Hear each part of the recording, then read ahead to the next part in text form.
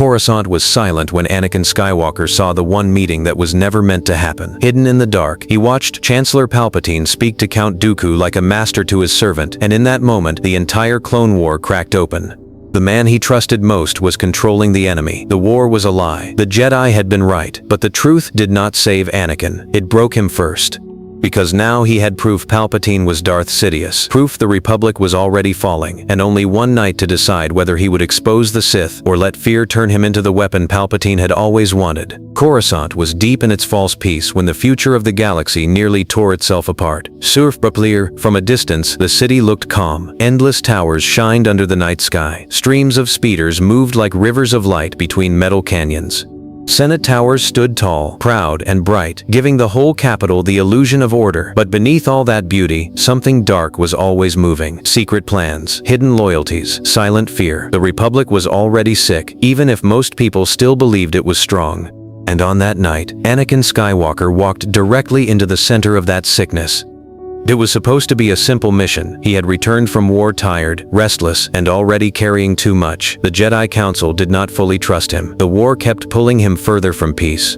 His private fears about Padme were growing stronger every day, and in the middle of all of it stood Chancellor Palpatine, the one man who always seemed to understand him. That trust was about to die. Anakin had gone toward the Senate district expecting routine business, but the Force pulled at him in a way he could not ignore. It was not the feeling of danger on a battlefield. It was sharper than that, colder, more hidden. He followed that feeling into a restricted part of the building, moving through dim corridors and shadowed platforms that most senators never used. Then he saw it. Inside a private chamber, beneath low light and surrounded by silence, Count Dooku stood in front of Chancellor Palpatine. Not as an enemy, not as a prisoner, as a servant. And Palpatine stood before him with the calm control of a man who feared nothing because he believed he owned everything. In one instant, Anakin's world split open. The war was a lie. The Separatist leader was tied to the Chancellor. The man he trusted most was speaking to the Republic's greatest enemy in secret. Nothing could ever be simple again. Anakin did not understand every detail yet, but he understood enough. No normal political explanation could survive what he was seeing. No secret peace effort, no hidden diplomacy, no backdoor negotiation could explain the feeling in the room. The Force itself felt wrong around them. One side was cold and sharp, the other was dark and deep, and together they looked like the hidden center of the entire war. For the first time in years, Anakin Skywalker saw Palpatine not as a mentor, but as the author of something monstrous. Anakin did not reveal himself immediately. He stayed in the shadows, forcing himself to listen, even as every instinct in him wanted to burst into the room with his blade already lit. What he heard was worse than what he saw. The war between the Republic and the Separatists was not drifting toward chaos by accident. It was being directed. Dooku was not simply leading a rebellion. He was part of a structure, a plan, a game. The language between the two men made that painfully clear.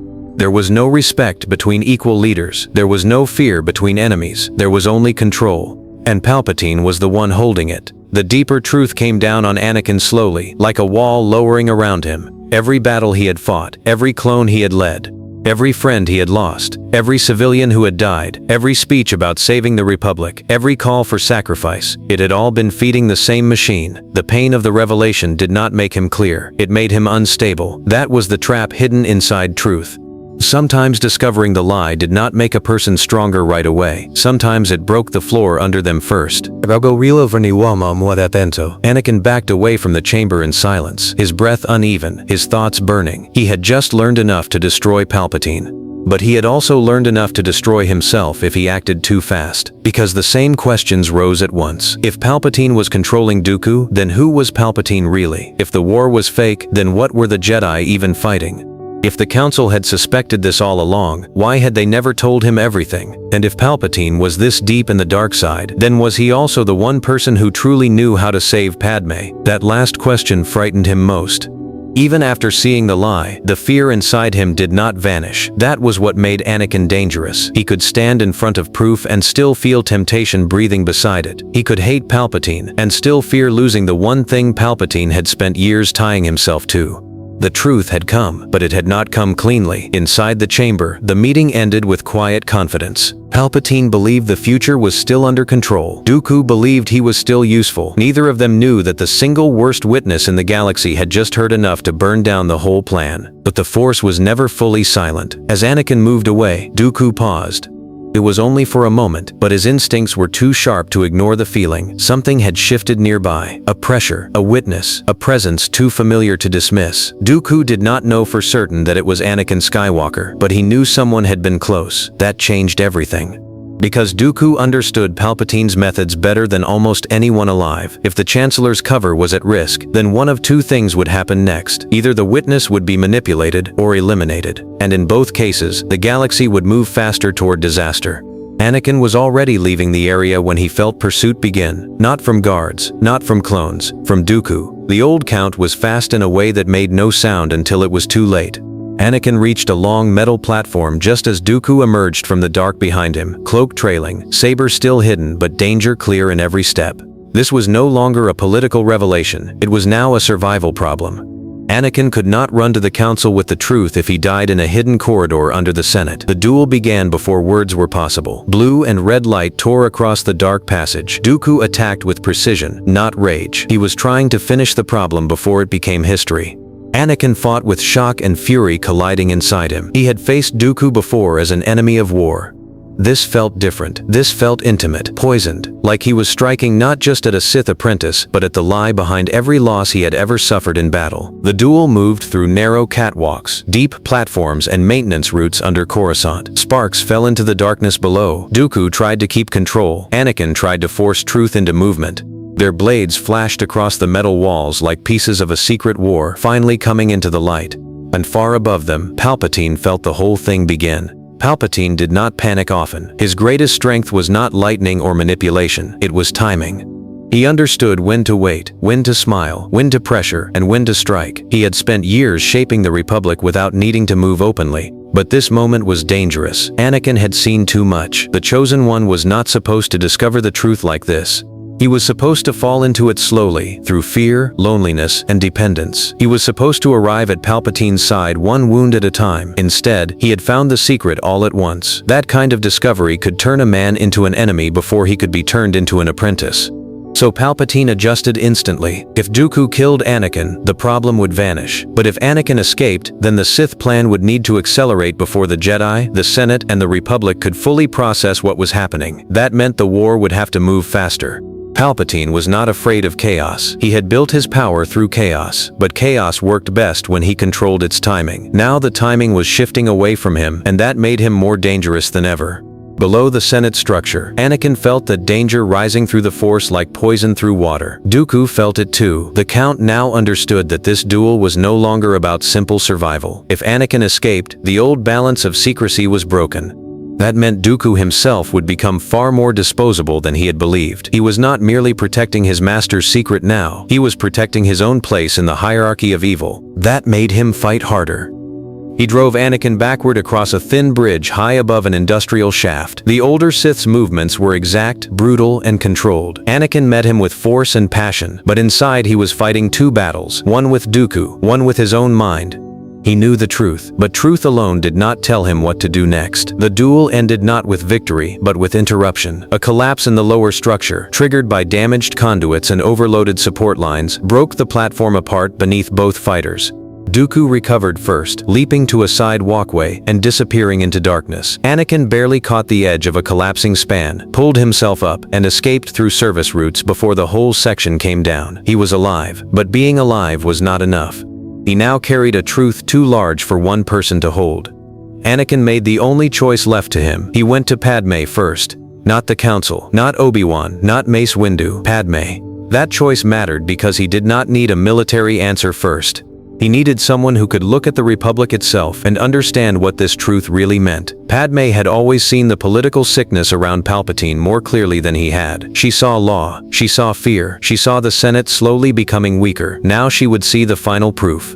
When Anakin reached her, he was not the warrior the Republic knew. He was shaken, pale, furious, and barely holding himself together. Padme understood immediately that something had happened beyond politics and beyond battle. And when he told her what he had seen, the room seemed to grow colder around them. Palpatine and Dooku, together, in secret, like master and servant. That was enough. Padme did not need every Sith detail to understand the size of the threat. If the Chancellor was secretly linked to the Republic's greatest enemy, then the war was poisoned at its source. This was no longer just about treason. This was the controlled destruction of democracy itself. For the first time, Anakin and Padme stood on the same side of a truth bigger than both of them. But truth did not automatically create safety. It created urgency. Because if Palpatine realized Anakin had escaped with knowledge, then the next moves would be brutal, and they would come fast. Padme saw the shape of the crisis faster than Anakin did. Anakin's first instinct was still direct confrontation. He wanted to tell the Jedi everything, force a move, and bring the hidden war into the open. But Padme understood that Palpatine's strength was not only secrecy. It was public control. If the Jedi acted alone, Palpatine could still twist the image. He could still use law, fear, and confusion to frame them. So the response had to be bigger than a Jedi strike. It had to include the Senate. That realization became the first real counterattack against Sidious in this timeline. Padme quietly began contacting trusted senators, Bail Organa, Mon Mothma, others who had already feared the Chancellor's growing power. She did not tell everyone everything, but she told enough. Enough to create concern, enough to prepare witnesses, enough to make sure that if the Jedi moved, they would not move in total political isolation. This mattered because Palpatine always preferred to fight in ways that made the Jedi look like the aggressors. If armed knights walked into his office without any broader political support, the Republic would see a coup before it saw a Sith plot. Padme understood this clearly. The war for the future was no longer only a force battle. It was now a battle for the story itself. Anakin watched her move through this with a kind of sharp focus he had always admired. While he burned with the need to act, she built structure. While he saw betrayal, she saw consequences. While he thought in terms of killing one dark man, she thought in terms of stopping the entire machine around him. That steadied him for a moment, but only for a moment, because even with Padme beside him, the old fear remained. If Palpatine truly was this powerful, then did he still hold the secret Anakin needed? Could the same man who had corrupted the Republic also be the one who knew how to stop death? That poison was still in him, and he hated himself for it. This was what made the next phase so dangerous. Anakin now had truth, but not yet peace. When Anakin finally brought the truth to the Jedi Council, the reaction was immediate and explosive. Mace Windu did not need much convincing. He had long suspected that Palpatine was becoming too dangerous, too powerful, and too deeply connected to the war. Yoda felt the darkness behind the revelation the moment it was spoken. Obi-Wan, though far from Coruscant, was brought into the warning through secure channels as best he could be. The Council suddenly found itself facing the nightmare it had only half seen for years. The Chancellor was not simply ambitious, he was the hidden center of the war. This should have been the moment the Jedi gained control. Instead, it became the moment everyone realized how late they already were. Palpatine had woven himself through the Republic too deeply. The clone army was already active. Emergency powers already existed. Senate fear was already high. The war was still burning across dozens of systems. Even with the truth in hand, removing him cleanly would be almost impossible. Still, the Council knew delay was worse. The plan formed quickly. Mace Windu would act. The Senate allies Padme had gathered would prepare a legal front. If enough force, evidence, and witnesses aligned, then perhaps Palpatine could be cornered before he triggered something even worse. But Palpatine was already moving. That was the core tragedy of this whole scenario. The Jedi had learned the truth earlier than in many timelines. Even so, Sidious was still ahead, because he had built his machine to survive exposure for a little while. And the moment exposure truly came, that machine began turning itself toward violence. Count Dooku had served the dark side for years with pride and calculation. He believed himself important, necessary, elevated above simpler followers.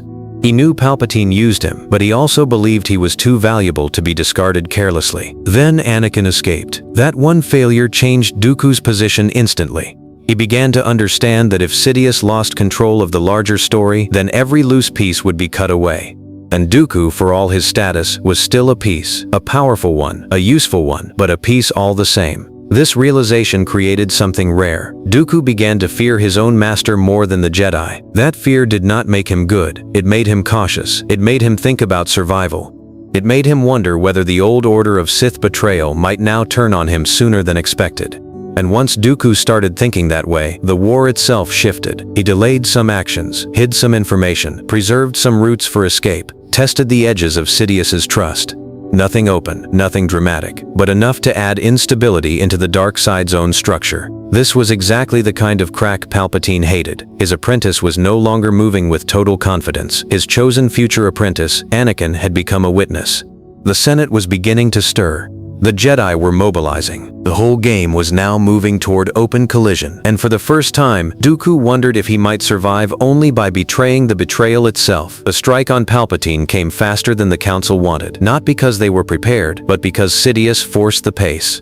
He began using emergency structures, military channels, and hidden influence to create pressure everywhere at once. False alarms, strategic confusion, sudden military urgency, quiet signals to loyal security forces. The Senate began to tighten with fear before the Jedi even arrived. This was classic Palpatine. He knew that when truth threatened him, confusion could still save him. Mace Windu led the Jedi confrontation anyway, because there was no longer a safe delay. In another timeline, this confrontation happened with Anakin emotionally divided at exactly the wrong moment.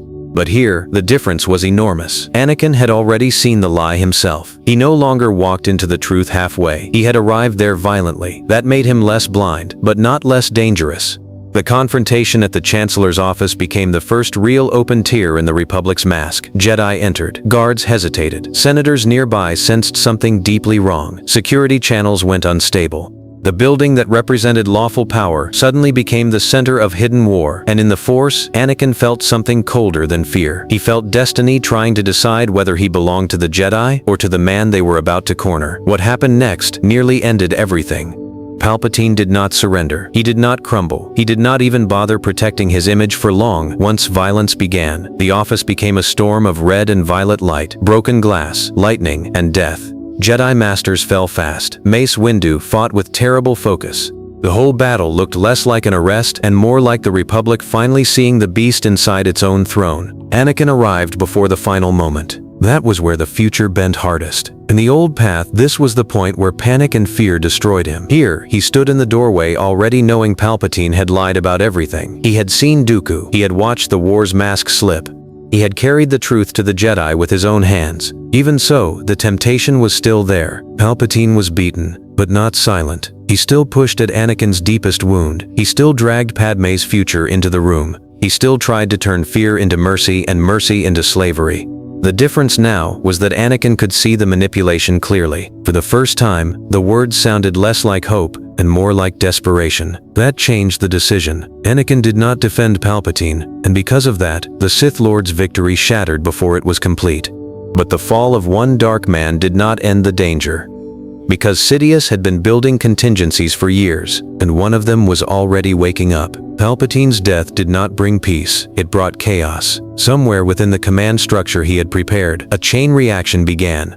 Not perfectly, not cleanly, but dangerously enough. Clone communications shifted. Priority signals moved through hidden systems. Emergency wartime protocols activated out of order. The machine Palpatine had built to kill the Jedi did not unfold with full precision, but it did begin to move.